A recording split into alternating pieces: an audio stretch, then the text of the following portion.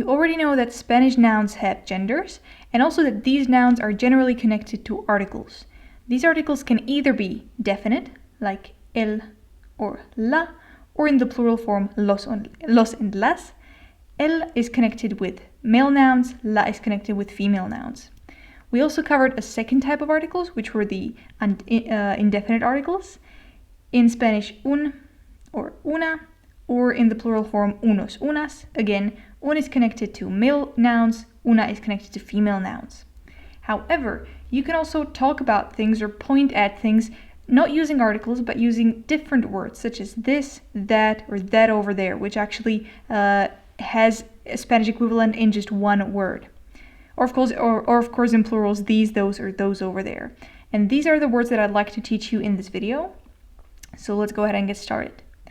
If you want to refer to something as this, and the noun is a masculine, like for example, el coche, which means a car, then this would be este. And feminine version, for example, for the word la cama, which means a bed, would be esta. So you just change the E for an A. If you want to call something that, for example, that car or that bed, we would say ese or esa. Okay, so that car, ese coche, that bed, esa cama. So we would use this for something that is closer to you, and that for something that is a bit farther away from you. And now if you want to refer to something that is even a bit more further than that, in English you have to say that over there, but in Spanish we have the word aquel for masculine, and aquella for feminine. So that car over there would be aquel coche, and that bed over there would be aquella cama. And a very similar thing would apply to the plural. So this becomes these, and in Spanish, este becomes estos, and esta becomes estas. So for the female words, we would only be adding an S, and the male words are going to have a change. The E is going to change into an O, and we're going to add an S. So these cars over there would be, these cars would be estos coches, these beds would be estas camas. So this is something that would be closer to you. If we want to refer to something a little bit further, we would say, in the plural, of course, we would say those, which in Spanish for masculine nouns is esos, and for feminine nouns, esas. Okay, so those beds, esas camas, those cars, esos coches.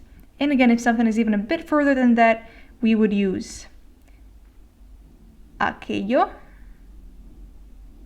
since it's a plural, and aquellas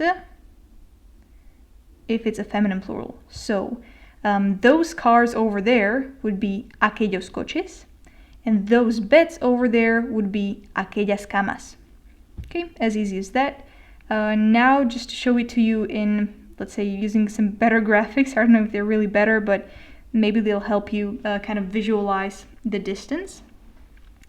So if I wanted to say this car, so the car closest to me, in Spanish I would say este coche. If I wanted to say that car a bit further, I would say ese coche.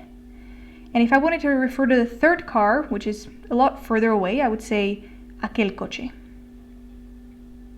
So I could have a sentence, this car is bigger than that car. In Spanish it will be, este coche es más grande que ese coche.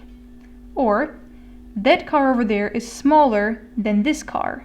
In Spanish, aquel coche es más pequeño que este coche. And I'll have the same thing in plural. So if I wanted to refer to objects that are close to me and are in plural, and of course these are masculine, I just used a masculine example for the graphics, but it is a very similar case for feminine, which we've covered in the table a couple minutes ago. So these cars would be estos coches,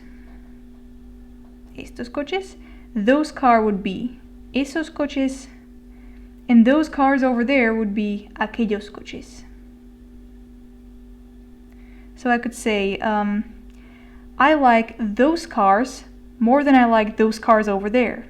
The sentence in Spanish would be, me gustan esos coches más que aquellos coches. Or another sentence could be, these cars are red and those cars are black, which is not true for this picture, but let's pretend it is. In Spanish it would be, estos coches son rojos y esos coches son negros.